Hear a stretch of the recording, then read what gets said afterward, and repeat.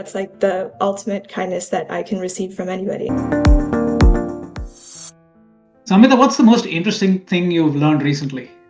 So today when I was at the DMV, I got a question wrong, and I didn't realize that 6-year-olds could be alone in the car if there was a 12-year-old with them. And I always thought that sounds kind of irresponsible to have a 6-year-old and a 12-year-old. I feel like that's even worse, but it turns out that that's actually okay.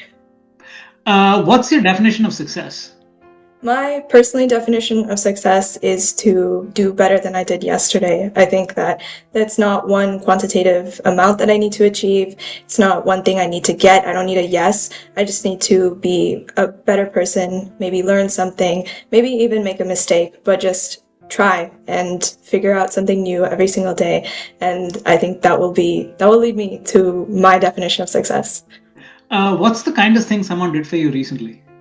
So again, with the DMV, today my dad is taking me, but he's working obviously. And I realized I messed up the appointment time and I told him the completely wrong time.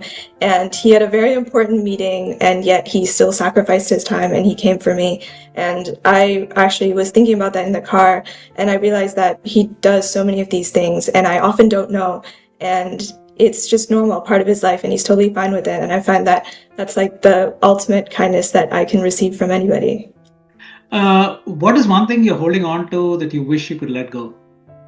I think comparing myself to other people, I often find myself looking at other people's success and what they've achieved and not feeling jealous or thinking like, oh, they don't deserve it, but often thinking like, am I not doing enough? I need to be doing more. And I wish I could just let go of those feelings and, be proud of myself, just tying back to the success. I've done something, maybe I learned something new today, and that's good enough. I'm trying my best, and that's enough for me to be a successful person.